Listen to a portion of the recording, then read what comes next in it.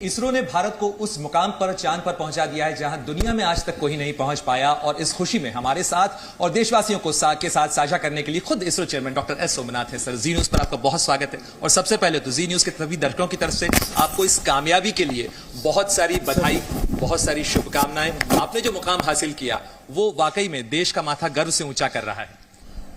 Thank you for your blessings, and all of you are praying for the success of the mission. So I am very grateful for all of that. Yes.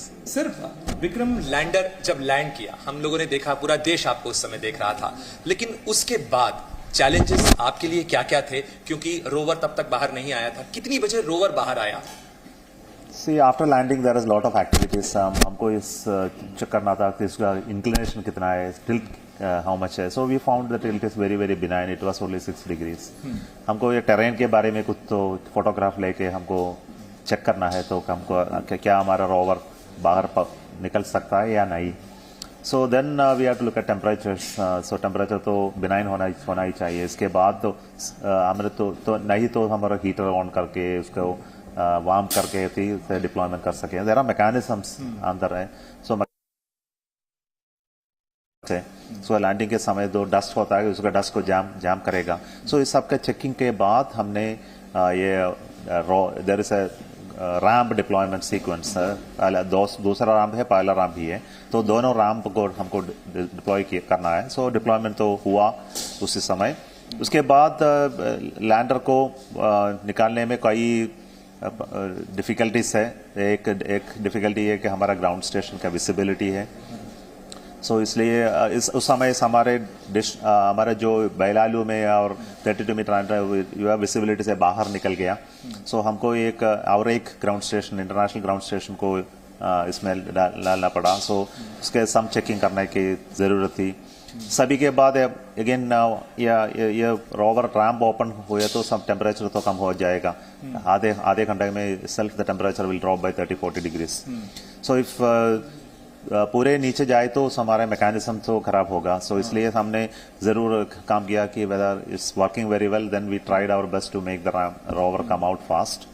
So late night came out. यानी करीब 4 घंटे का वक्त लगा होगा landing के बाद, या उससे ज्यादा वक्त लगा? ज्यादा वक्त लगा. यस.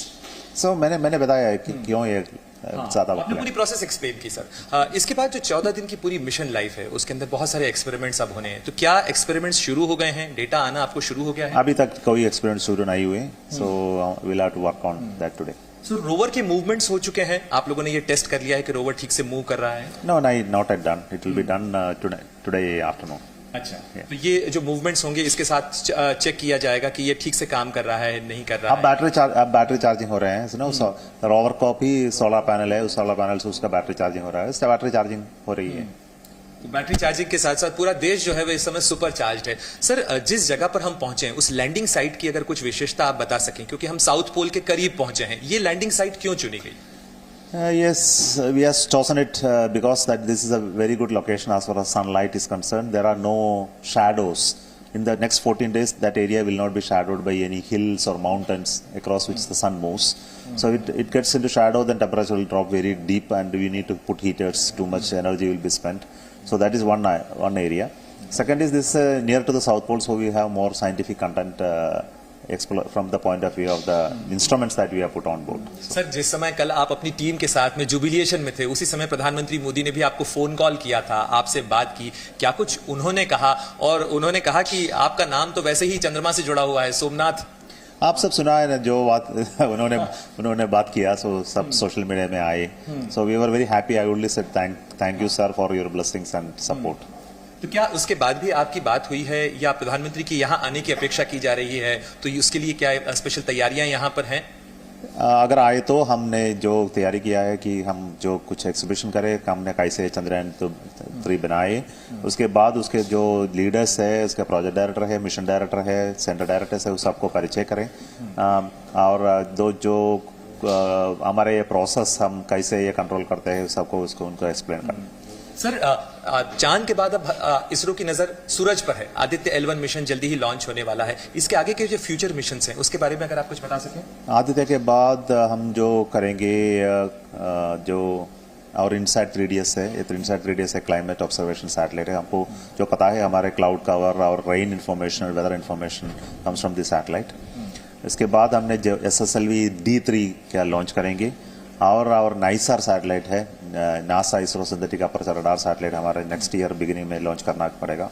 या गगनयान का कई लॉन्चेस होंगे, पहला लॉन्च होगा सितंबर अक्टूबर तरह, उसके बाद दिसंबर जनवरी में भी। तो क्या 2025 तक हम अंतरिक्ष में पहुंचा पाएंगे गगनयान को? Sure we will be able to reach. Sir, कल पूरे देश ने खास पार्टी की है, आपने पार्टी की है नहीं की? हमको काम है, या पूरा नाइट हमने काम किया। कल पूरी रात आप लोग काम करते रहे। एक आखिरी मैसेज के तौर पर, पूरा देश आपको देख रहा है, एक मैसेज अगर आप कहना चाहें कि क्या यहाँ से आगे, सितारों से आगे जहां और भी हैं, हम जाएंगे भारतीय वहाँ एक दिन चंद्रमा पर और पैर उठेंगे या क्या, ऐसा बोलना अच्छा नहीं है। तो हम और एस्ट्रोनॉट्स है जो गगनयान में जाएगा और हमने जो ह्यूमन स्पेस फ्लाइट कैपेबिलिटीज सब बनाते हैं इसके तरफ से, और हमारे जो गाइडेंस प्रोग्राम है मून जाने तक का, इसके वजह से हमको एक दिन Indians will go to moon. यानी आप भारत के आदमी को चांद पर लेके जाएंगे, ये तैयारी चल रही है? तैयारी चल रही है और गगनयान प्रोग्राम है। हमसे बातचीत करने के लिए बहुत बहुत शुक्रिया आपका। तो आप सुन रहे थे खुद डॉक्टर एस सोमनाथ को, जिनका कहना था कि अभी मुकाम और भी हैं और एक दिन आएगा जब भारतीय वाकई में चांद पर कदम भी रखेंगे और तिरंगा भी लहराएंगे। Z News।